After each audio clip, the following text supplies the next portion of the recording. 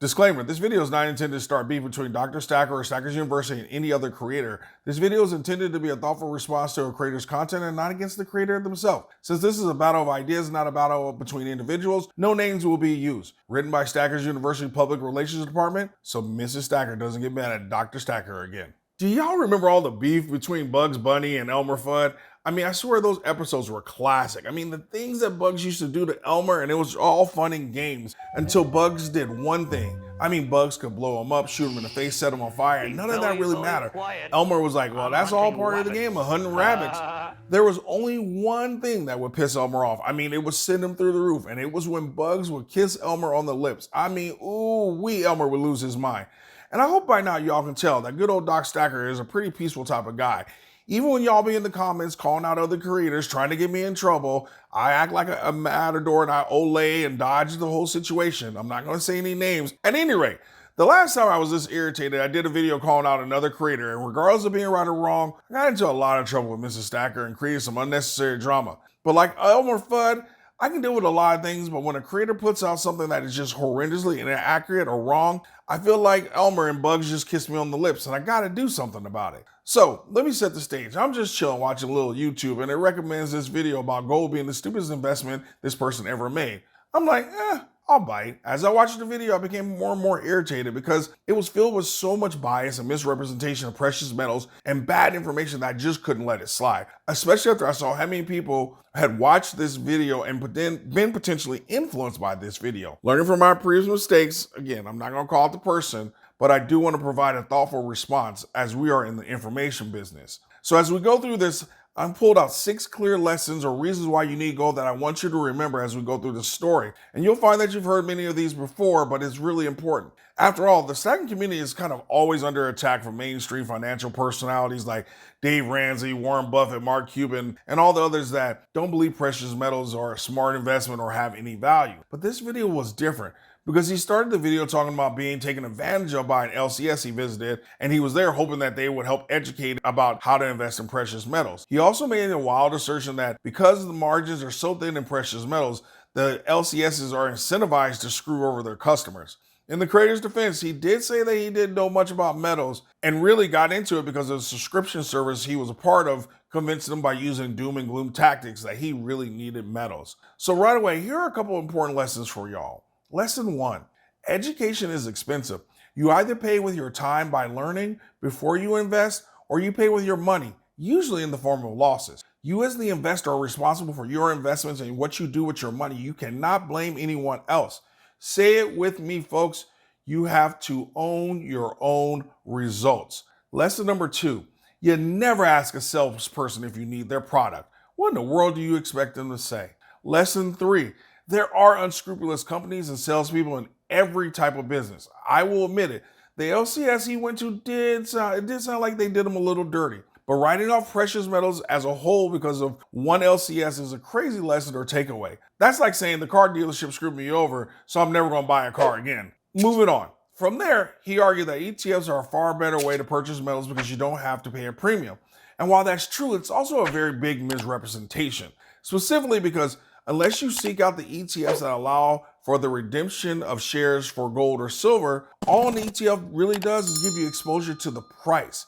But that also means that you don't have the benefits of having the underlying metal, which we're going to come back to. Yes, there is a premium that we pay, but we only pay that once, and it's simply the fee that everyone has to pay. It's just a part of the game. It's kind of like the realtor fees you have to pay when selling a house. Are you going to say, I have to pay realtor fees, so I guess I'm never going to sell my house? And let's not forget the tax implications associated with ETFs, and that there are a handful of these ETFs that have precious metals that actually give you a K1, which is another tax headache. He then argued that there is no point in having physical metals because of the additional risks and costs associated with storing the metals at home or paying for a storage facility, which he doesn't have to do in ETF. Now, this all leads me to believe that he truly doesn't understand one of the most important benefits of physical metals, which is lesson number 4. They maintain your purchasing power over time.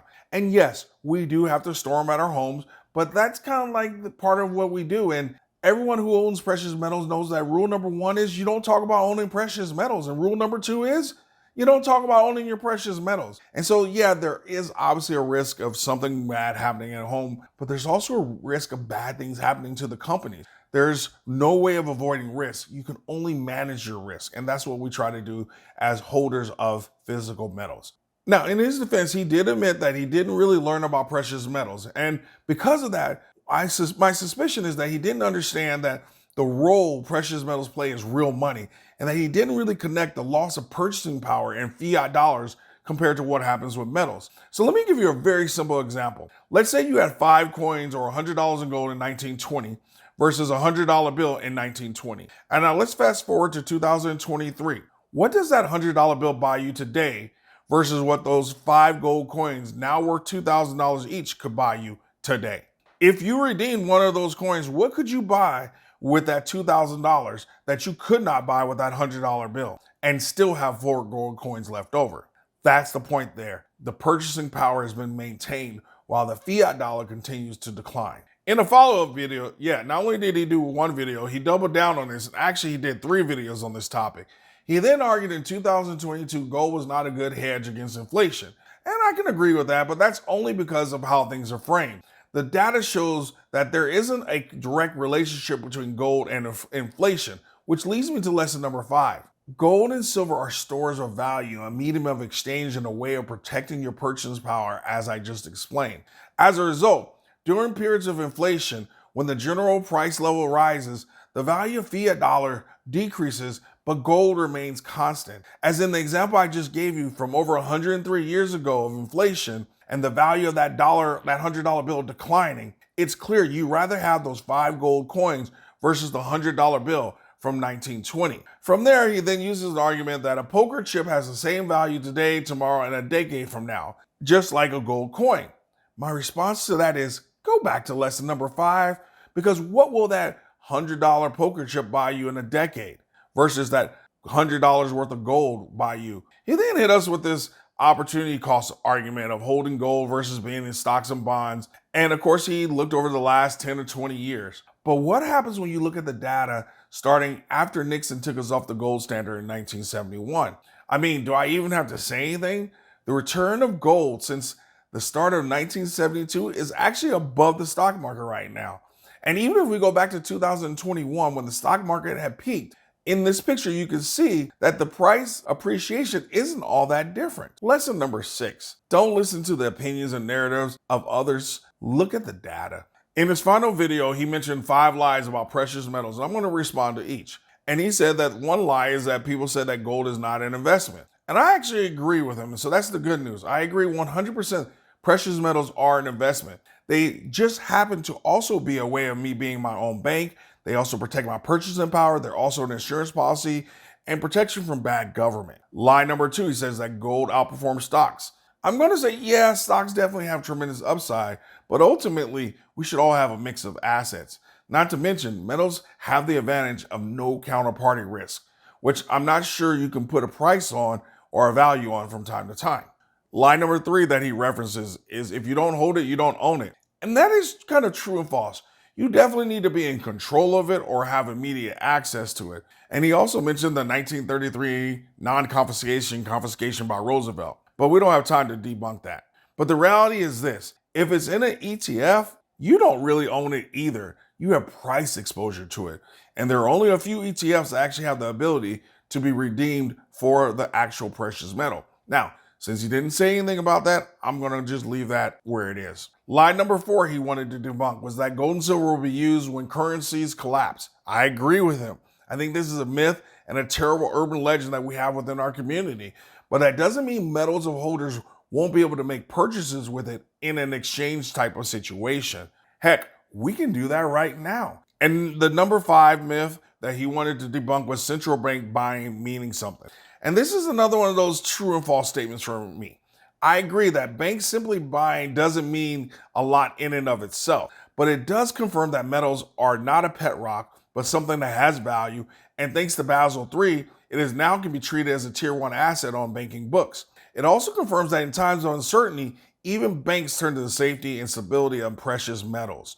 So the banking buying does actually mean something, especially in the context of what's going on. All in all, I don't believe this creator was intentionally trying to insult those of us who believe and hold precious metals. Instead, I think his story offers us some important lessons about learning about an investment before you ever invest your fiat money. Because you as the investor are the riskiest part of an investment, and especially if you're uneducated. The other thing I take away from this is how little the general public understands fiat dollars versus real money, and the role that real money plays in protecting us from money printing and rapid devaluing of our paper money. And from a behavioral finance perspective, it also reminds me of the importance of bias and how that frames what we see as people. His confirmation bias only allows him to see the information that confirms his belief about buying precious metals, while ignoring the downsides of buying metals in ETFs or not having the physical metals at all. In addition, his anchoring bias, which is where someone values an initial piece of information too much to make subsequent judgments, his initial negative experience based off of a lack of knowledge on his part has led him to believe firmly that precious metals is a bad idea. When it's all said and done, investing in precious metals is not for everyone, even though it should be. If you don't start with a base understanding of purchasing power and how fiat dollars are designed to be worth less and less, then it's easy to come to the same conclusion that he did. But once you understand that fiat dollars, inflation, money printing deficits, and bad monetary policies, and the entire financial system is designed to steal your wealth and purchasing power, that fiat dollars are dishonest money and not real money, then buying physical metals will stop being the stupidest investment and quickly shift to being the smartest investment you will ever make. In the comments, why don't you think people understand the importance of owning physical metals? What ultimately changed your mind? Or you can simply put an A+ in the grade book so that everyone knows that you always stack smarter and never stop learning.